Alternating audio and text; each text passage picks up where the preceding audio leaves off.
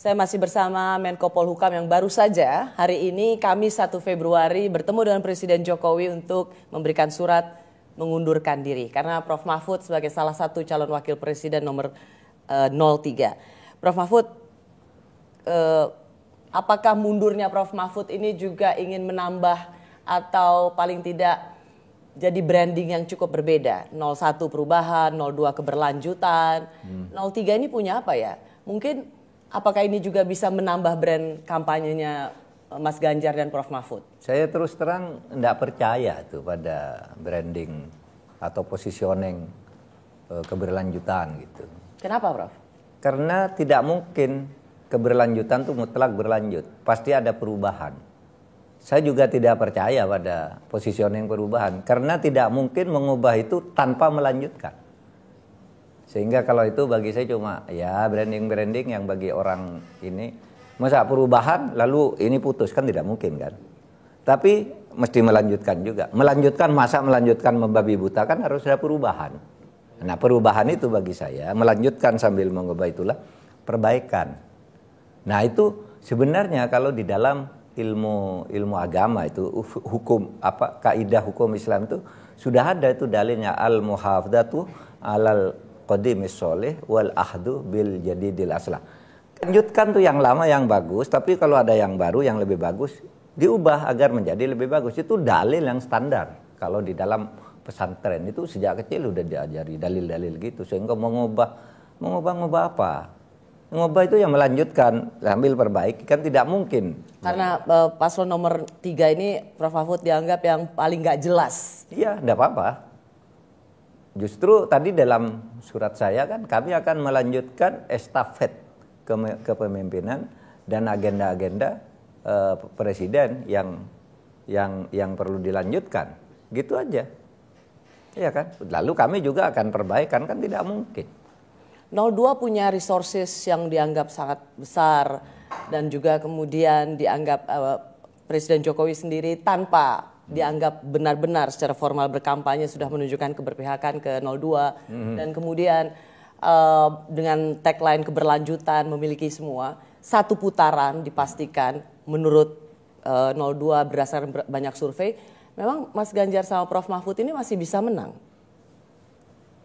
Kalau kita sudah yakin akan kalah kan mesti berhenti, tidak bergerak.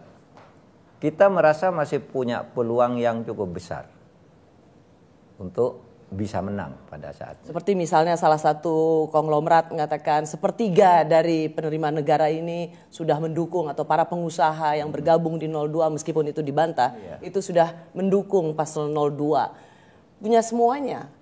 Iya enggak apa-apa. Karena rakyat tuh punya hati nurani juga. Kita masuk dari kemungkinan yang ada agar rakyat kembali ke hati nuraninya. Di dalam banyak peristiwa sering opini publik yang masif itu sering terbalik di dalam faktanya. Bukan hanya di luar negeri, tapi di Indonesia kan sering juga terjadi kan. Kok lain nih? Selalu terjadi begitu. Prof. Mahfud merasa terbebani tidak dengan gerakan satu putaran? Gerakan satu putaran? Enggak. Kita juga kan bicara gerakan satu putaran. Iya kan? Sama aja. Sejak awal gitu, satu putaran. Tapi itu semua saya kira tidak ada yang meyakinkan. Kalau dibicara satu putaran itu. Sehingga nanti mari kita lihat di lapangan.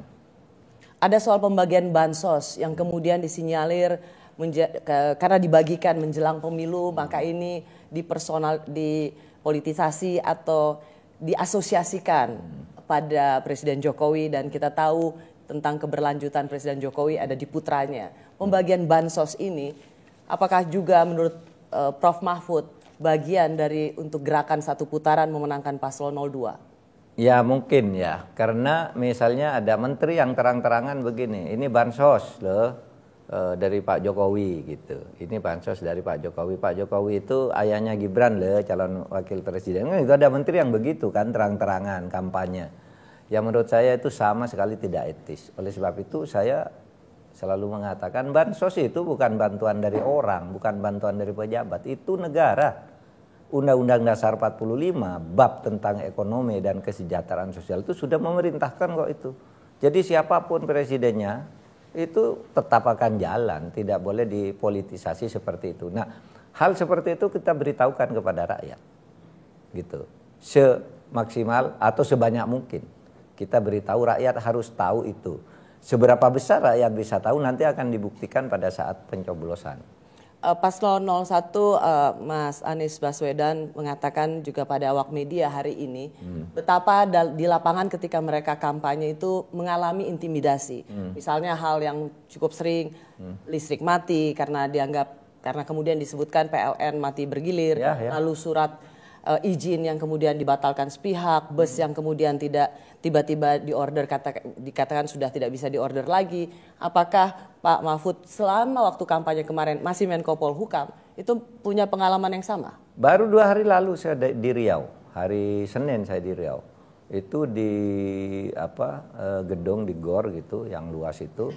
Orang sudah kumpul jam 11. Saya baru sampai di sana jam 2. Mereka di sana kepanasan.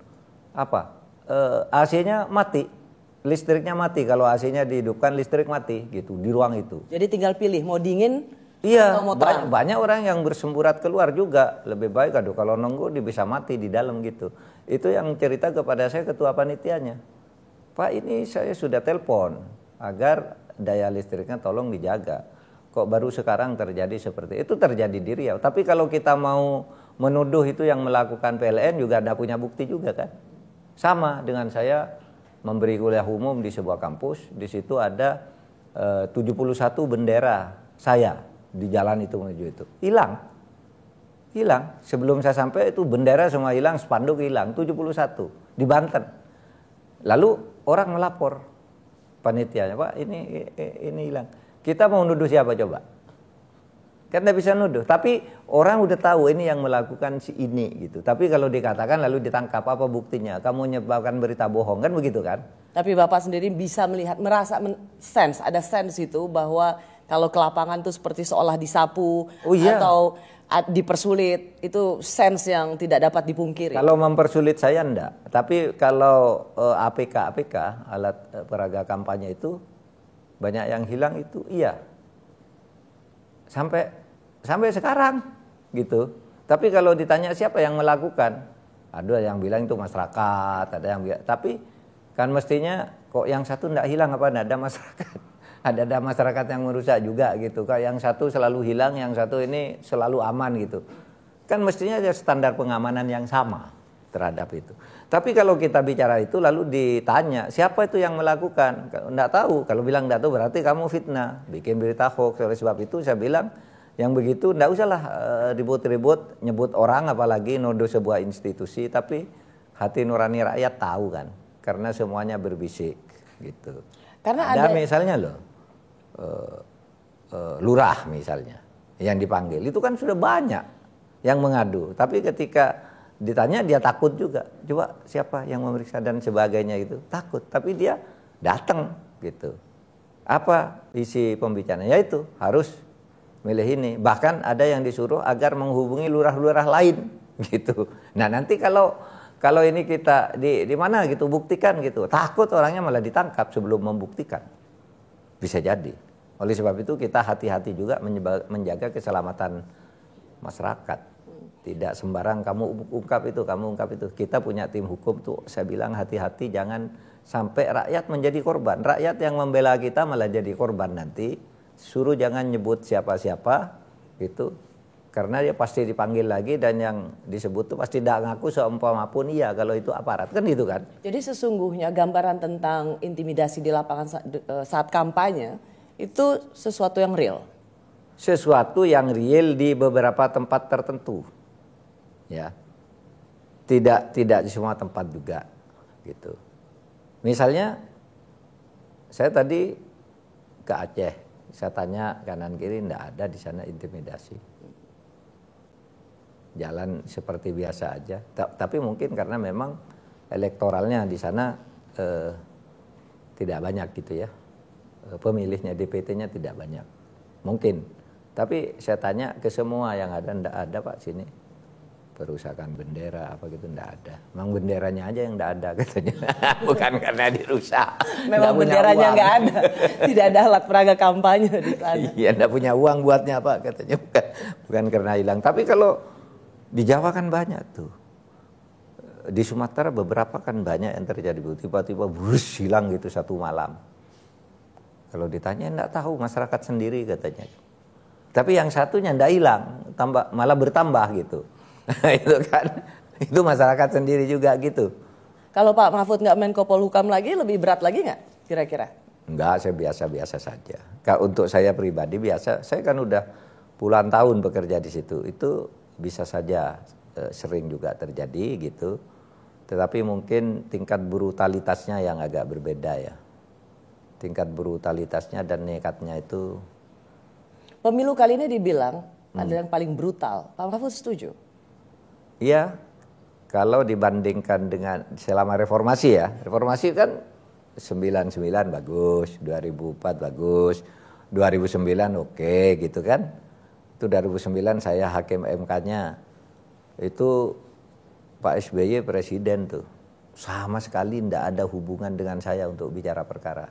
Dan saya tidak mau, dan dia tahu gitu. Sangat. Karena Pak Mahfud waktu itu ketua MK. Saya ketua MK. Jadi Pak SBY tidak pernah mau bicara perkara, ngutus orang ketemu saya enggak. Pada waktu itu, 2009 itu. Bahkan kalau ada masalah segera diselesaikan oleh Pak SBY. Misalnya soal KPK dulu yang kasus cicak buaya kan, Antasari ditahan dulu, lalu Bebes Samad ini diambil kan. Mahfud karena Pak SBY turun tangan, selamatkan. Prof Mahfud karena bilang soal Mahkamah Konstitusi. Prof Mahfud bagi kalangan aktivis itu juga kehadiran Prof Mahfud itu untuk mengawal reformasi dan revisi Undang-Undang Mahkamah Konstitusi. Apa yang harus diperhatikan dari revisi Mahkamah Konstitusi? Enggak. Itu gini. Itu saya sampaikan tadi ke Pak Presiden. Pak, ada 3 hal yang harus.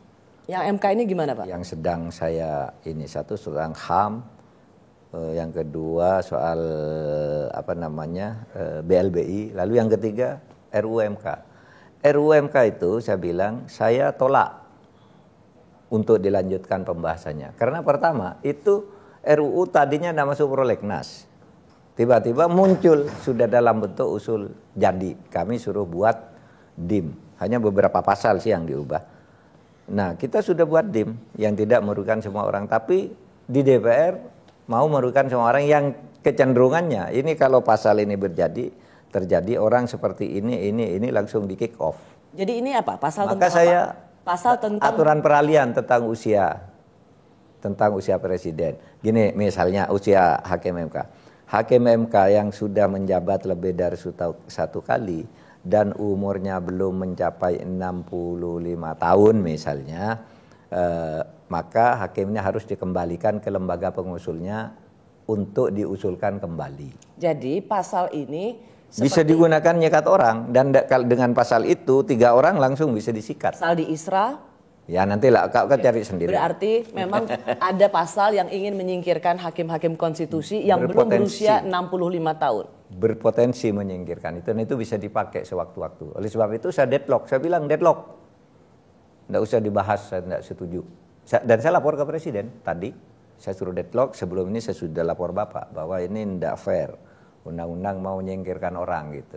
Kan waktu staf saya di DPR dibilang, katanya, kok berani-beraninya kamu menolak ini, nanti habis ini Presiden langsung tahu loh. Lalu saya bilang, memang kenapa kalau Presiden tahu? Ini saya sudah lapor Presiden, saya bilang, dan Presiden setuju. Gitu. Sampai sekarang deadlock. Ya. Artinya tidak usah dibahas, saya bilang, nanti aja habis pemilu. Karena Mahkamah Konstitusi ini punya peran yang penting dalam menyelesaikan sengketa pemilu. Jadi kecuali diteruskan menurut rumusan saya. Yang diurusan oleh pemerintah ini. Kalau ini semuanya selamat. Tidak perlu ada batas usia. Tidak. Ada batas, tapi aturan peralihannya itu. Aturan peralihannya yang sudah terlanjur ini tetap dong diberi kesempatan. Jangan ini bukan harus dikembalikan dulu, apakah mau diangkat kembali apa tidak. Kan tidak benar cara begitu. Jadi yang fair sudah jelas ingin menyingkirkan orang itu rasanya. Jadi revisi MK ini punya potensi menyingkirkan hakim-hakim konstitusi. Ya, makanya saya deadlockkan. Dan kenapa saya tadi sempat menyebut nama hakim-hakim konstitusi yang sudah banyak dikenal oleh masyarakat adalah hakim yang memiliki integritas yang baik. Jadi lucu juga nanti MK ini ya. Kemarin memutuskan batas usia minimal, nanti supaya bisa memasukkan calon kontestan tertentu.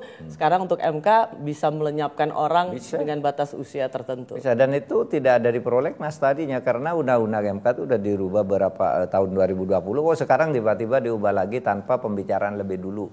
Apa itu boleh? Ya boleh kalau itu keputusan balik. Tapi kenapa memutuskan itu untuk merevisi tiba-tiba gitu? Apa dugaan Prof? Yaitu mau memasukkan untuk mengganti orang. Kalau dugaan ya, oleh sebab itu saya beri pasal ini aja nih begini kalimatnya. Mereka nolak, ya sudah deadlock saya bilang.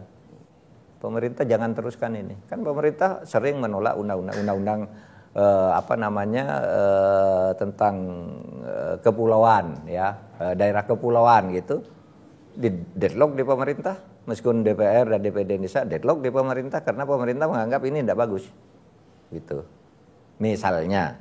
Jadi bisa kita mendeadlockkan. Oke. Tapi ketika Pak Prof Mahfud sudah tidak menjadi Menko Polhukam? Di luar tanggung jawab saya. Oke. Saya tidak lagi berdosa di mata Allah untuk membela kebenaran kalau saya sudah tidak di posisi itu.